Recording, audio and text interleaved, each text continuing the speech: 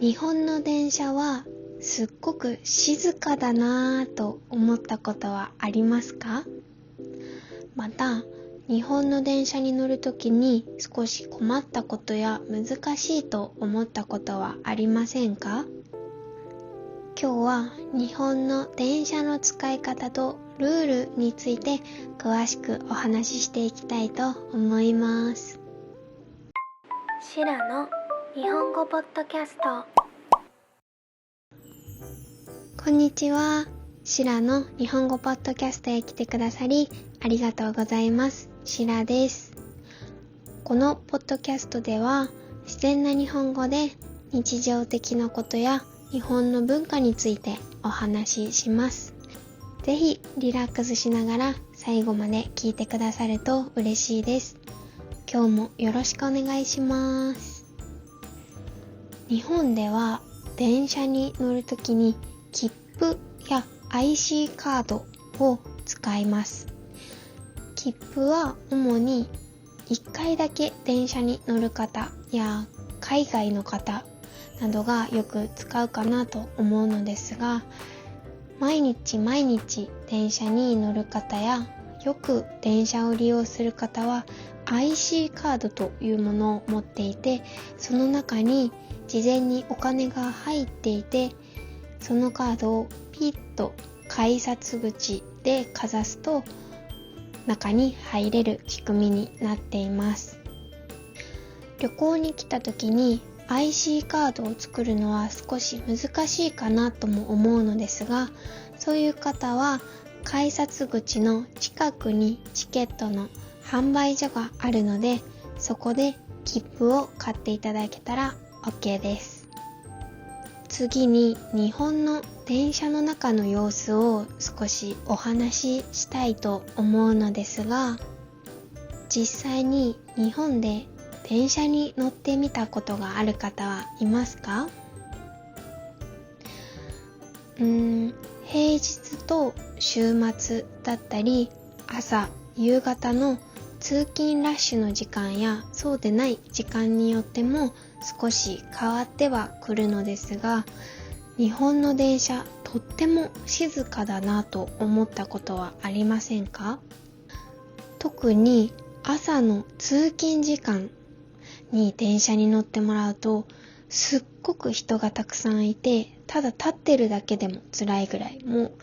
こんな感じで潰れてしまうんじゃないかなっていうくらいぎゅうぎゅうになって乗ることもよくあるのですが、そんなに人がたくさんいるのにとっても電車の中は静かなんですね。なんでかなというふうに考えてみると、会社まで、自分のお家から会社まで行くときは一人で行く方がほとんどです。それで、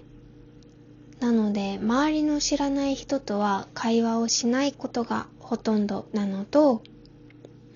電車の中を見てもらうと10人中9人はスマホを見ています。10人中10人と言ってもいいのではないかなと思うくらい、最近は電車に乗ると本当にほとんどの人がスマホを見ています。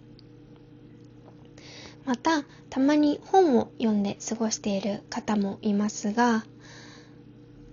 なので電車の中で声を出すということがまずほとんどありません。誰かお友達と電車に乗ったりしているときはお話しすることは全然 OK なので、そういうときはお話ししている方もいらっしゃいます。ですが、日本の電車は電話をすることはあまりマナーとして良くないというふうに考えられているので、電車をしている人は他の国に比べて少ないと思います。そして日本には優先席というものもありますが、皆さんの国にもありますか？これは優先するべき人が座りやすいように、必ず座ることができるように、普通の席とは別に少しだけ設けている席のことを言います。この優先席にはどのような方が座るのかと言いますと、お年寄りや妊婦さん、持病がある方や怪我をしている方、こういった方が優先座席に座られることが多いです。人が誰も座っていなかったら、優先座席もちろん座っていただいても OK なのですが、先ほどお伝えしたような方が来られた時は、優先的に座ることができる椅子になっているので、ぜひ譲ってもらえたらなと思います。例えば、優先席に誰も座っていなかったから自分が座っていたとします。後からお年寄りの方がたくさん来て、空いている席がなかったとします。そんな時に、こちらの席座ってくださいと言って席を譲ってあげてみてほしいなと思うのですが、これ外国の方が日本人の方にしてくださったら、とっても温かい気持ちになって喜んでくれるんじゃないかなと思います。なので、ぜひ優先席に座っていた際は、お年寄りの方などが来たら席を譲ってあげてほしいなというふうに思います。そして、世界の方から見て少し面白いなとか、不思議だなとか、すごいなっていうふうに思ってもらえるような日本の電車の面白いところが一つあるのですが、日本の電車はとっても時間に正確です。例えば、11時51分に電車が来ますよというふうに書いていると、必ず11時51分に電車が来ます。1分でも遅れることはないです。数分遅れてしまっただけでも、この度は電車が遅れてしまい大変申し訳ありませんというようなアナウンスが流れることがよくあります。なので、時間通りに出発できることももちろんいいことですし、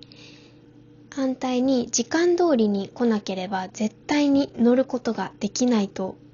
考えてもらったらいいかなと思います。日本の電車はそういうふうに数分刻みで細か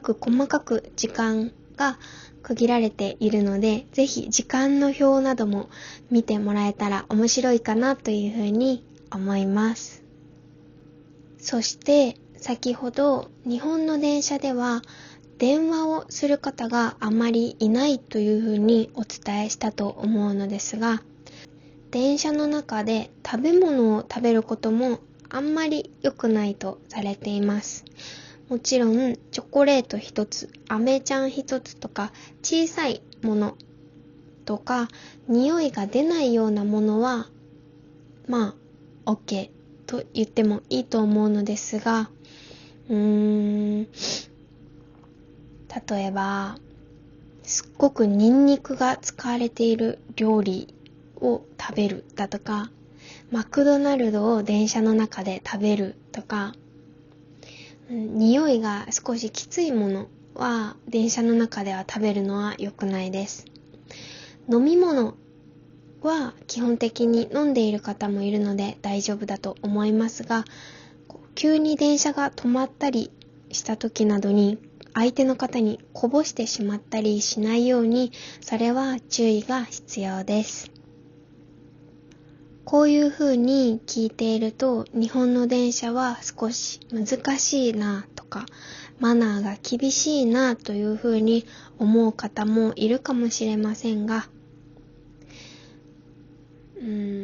何度か電車に乗っていただけたらすぐに慣れることができると思うので、心配しなくても大丈夫だと思います。はい、ということで今日は日本の電車についてお話ししてみました。いかがだったでしょうか？日本に旅行に来た際や日本に留学、ワーキングホリデーなどで住むことになった際は必ず電車は一度は使うことになるのではないかなと思うのですが、日本のマナーやルールなどを知って電車に乗っていただけたら、もっともっと快適に日本の旅行や生活ができるのではないかなというふうに思います。このチャンネルではこれからも自然な日本語で日常的なことや日本の文化についてお話ししていきたいと思いますので、ぜひチャンネル登録をして次回以降も聞いてくださると嬉しいです。最後まで聞いてくださった方、本当にお疲れ様でした。では次回のポッドキャストでまたお会いしましょう。